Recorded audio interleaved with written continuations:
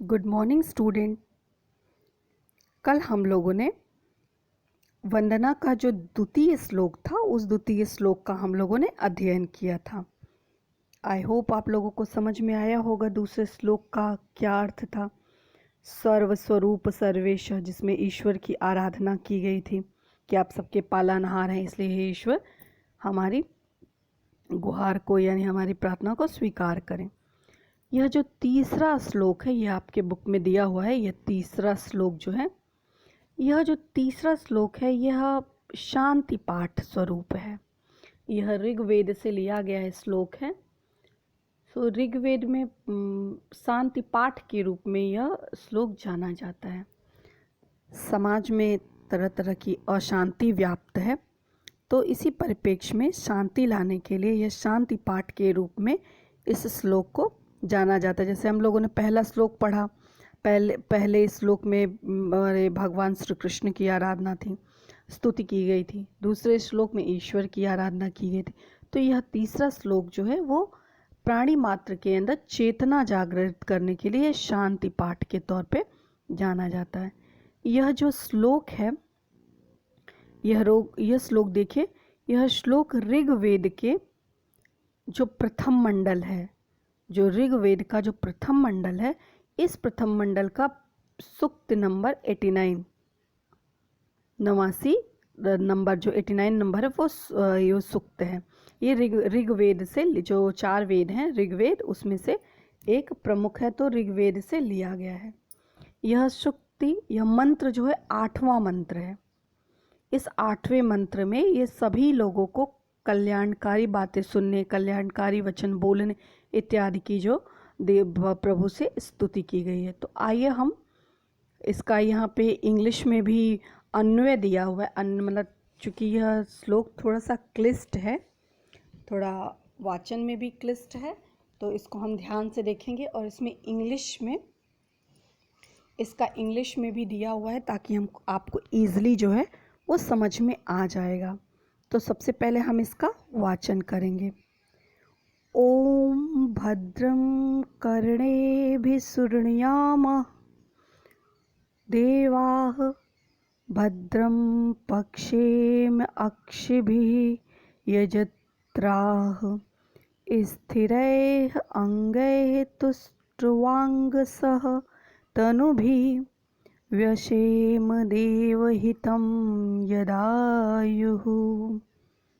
आप देखेंगे ओम भद्रं कर्णेभिः, ओम भद्रं कर्णेभिः शृणुयाम देवाः, भद्रं पक्षेम अक्षिभिः यजत्राः, स्थिर अंगैः तुष्ट्वांगसः तनुभिः, व्यशेम देवहितं यदायुः।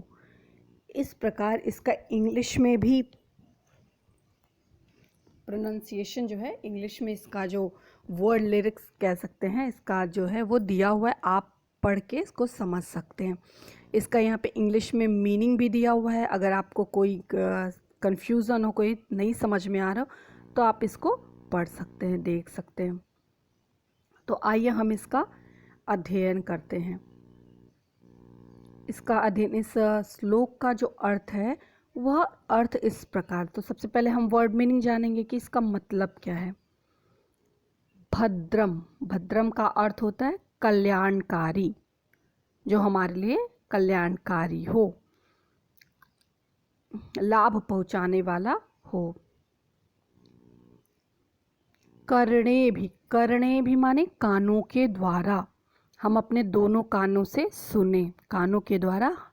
श्रुणयाम माने सुने, हमें सुनना चाहिए, हमें कल्याणकारी सुनना चाहिए कानों के द्वारा। तो क्या हमें कल्याणकारी वचनों को कानों के द्वारा सुनना चाहिए।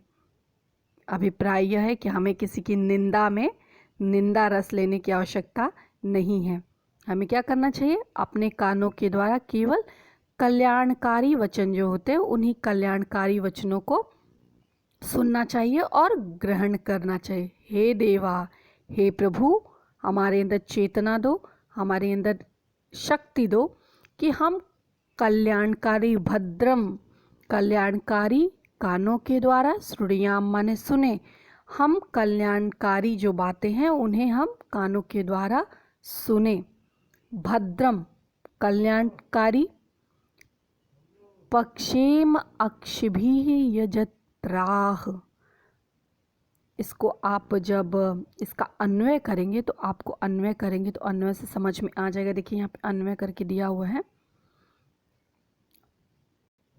पक्षेम,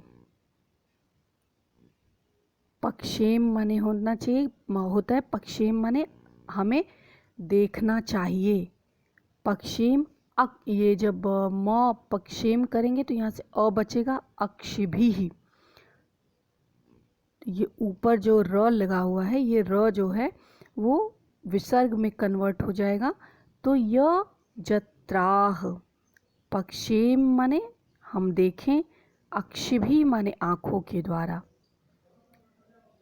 पक्षेम माने देखें, अक्षिभिः माने आँखों के द्वारा, यजत्रयाः माने हम जो धार्मिक अनुष्ठानों इत्यादि में, जो धार्मिक कर्मकांड, जो हमारे दो धर्म ग्रंथ कहते हैं, जो धर्म ग्रंथों में जो रचना रची गई है, जो बातें कही गई हैं, उन्हीं बातों को हम सुने और देखें। पक्षेम माने देखें, अक्षिभिः माने आँखों के द्वारा, यजत्रयाः माने धार्मिक जो अनुष्ठान, जो धार्मिक हमारे ग्रंथ हैं, जिन धार्मिक ग्रंथों में जो बातें कही गई, पौराणिक ग्रंथों में जो धर्मप्रद बातें कही गई, उन्हीं बातों को हम कानों के द्वारा सुने और उन्हीं कल्याणकारी वचनों को हम, उन्हीं दृश्यों को, कल्याणकारी दृश्यों को हम आँखों के द्वारा देखें।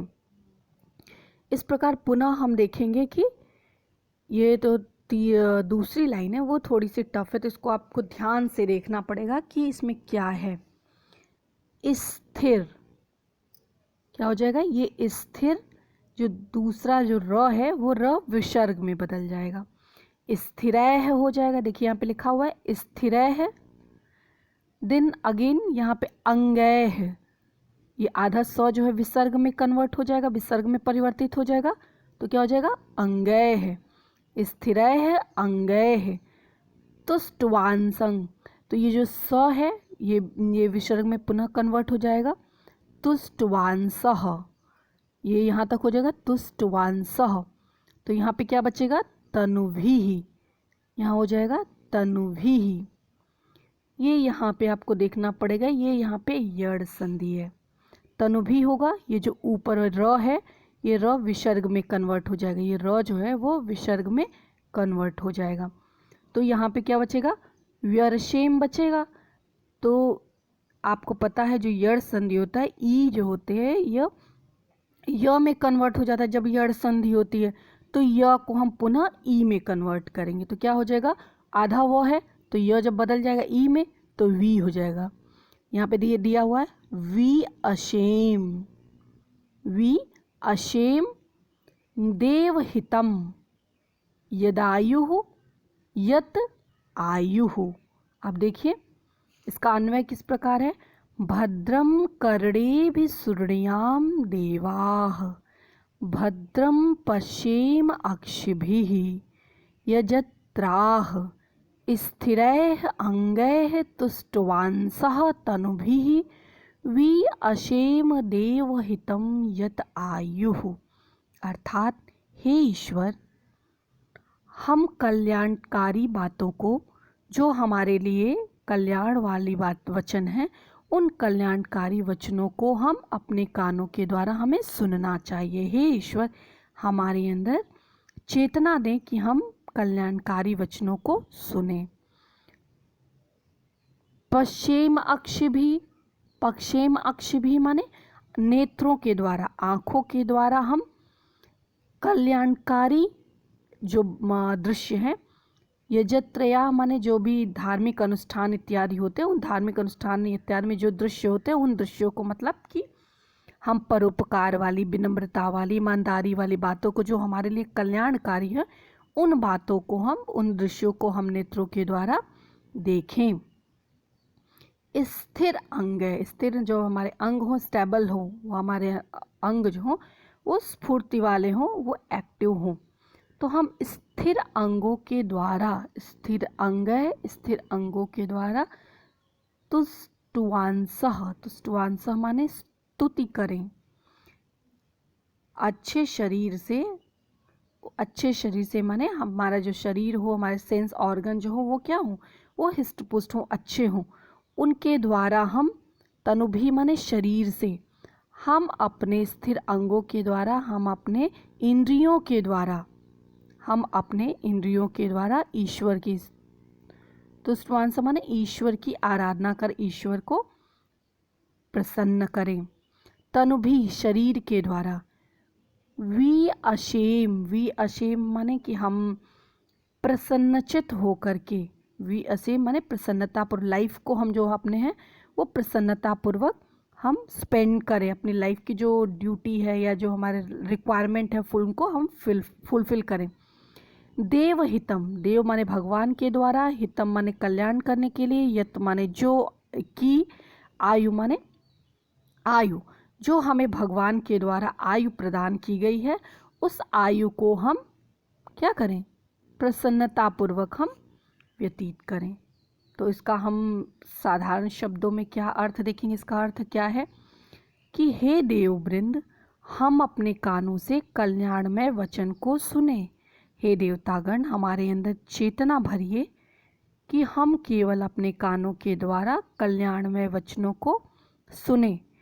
जो याज्ञिक माने यज्ञ हवन इत्यादि होते हैं ना, जो धार्मिक कर्म कांड होते हैं, तो याज्ञिक अनुष्ठानों के योग्य हैं। हम अपने कानों से उन्हीं कल्याणकारी वचनों को, श्लोक को, उन्हीं बातों को सुने जो हमारे लिए कल्याण को देने वाले हैं। हे देव, हम अपनी आँखों से मंगलमय घटित होते देखें। हम अपने नेत्रों के माध्यम से केवल मंगलकारी जो घटना है उसी को देखें। निरोगी इंद्रियों एवं स्वस्थ देह के माध्यम से, ये यहाँ पे हो जाएगा स्थिर अंग है तुष्टवांसा। सो तनु भी माने शरीर के द्वारा, स्थिर अंग है, शरीर हमारा हिष्ट पुष्ट हो। तो निरोगी इंद्रियों एवं स्वस्थ देह के माध्यम से हमारी इंद्रियां जो निरोग हों और स्वस्थ देह के माध्यम से हम तुष्टवांसा माने आपकी स्तुति करते हुए हम प्रजापति ब्रह्मा यानी ब्रह्मदेव द्वारा जो हमारे हितार्थ, हमारे हित के लिए, देवहितम, तो हमारे हित के लिए जो 100 वर्ष अथवा इससे भी अधिक आयु नियत कर रखी है उसे प्राप्त करें। वेशेम माने प्रसन्नता पूर्वक उसको हम व्यतीत करें। जो परमात्मा के द्वारा हमें 100 वर्ष या उससे भी अधिक आयु प्रदान की गई है, वह आयु हम निरोग काया के साथ स्वस्थ पूर्वक ईश्वर की स्तुति वंदना हम करते रहें। अर्थात तात्पर्य क्या है कि हमारे शरीर के सभी अंग और इंद्रियां स्वस्थ एवं क्रियाशील बने रहें और हम 100 या उससे भी लंबी आयु पाएं।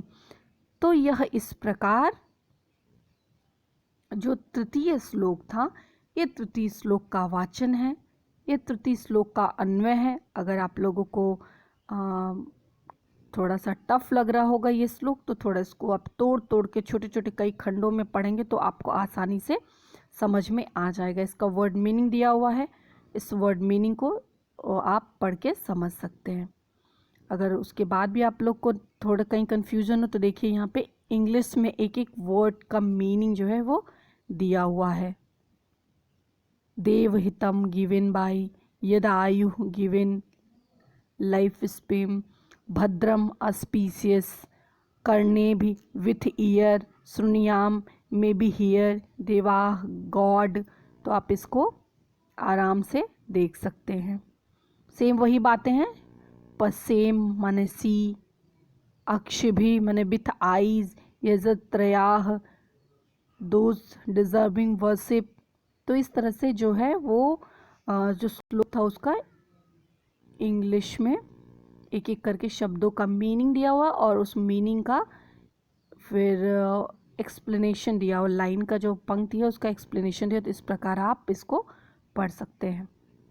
सो आई होप आप लोग को समझ में आ गया होगा। एक बार हम फिर से देख लेंगे कि हे ईश्वर, हम अपने कानों के द्वारा, हे ईश्वर, हम अपने कानों के द्वारा जो कल्याणकारी वचन है उनको सुने। हे देव, हम जो धार्मिक अनुष्ठान इत्यादि में जो वर्णित है उन्हीं मंगलकारी दृश्यों को देखें। हम अपने इंद्रियों तथा शरीर से संतुष्ट निरोग रहें और ईश्वर की स्तुति करें। और जो देवहित द्वारा हमारे लिए जो 100 वर्ष की आयु नियत की गई है उसका भोग हम प्रसन्नतापूर्वक करें। हे प्रभु, हमारे जीवन में शांति बनाए रखें। यह इस प्रकार जो है यह शांति पाठ है। इस शांति पाठ की पूरी शांति पाठ की व्याख्या है। तो आई होप आप लोगों को समझ में आया होगा। आप लोगों से गृह कार्य के रूप में यह आप लोग से अनुरोध है कि आप यह श्लोक पढ़ें और इसका अर्थ अपने शब्दों में लिखने तथा पढ़ने का प्रयास करें। और इसके साथ ही शांति पाठ का कोई 2 अन्य श्लोक जो है उन 2 अन्य श्लोकों का संकलन करें। आई होप आप लोग को समझ में आया होगा। अगर कोई कन्फ्यूज़न होगा तो आप पुनः इसको देख सकते हैं, तो आपको क्लियर हो जाएगा। धन्यवाद।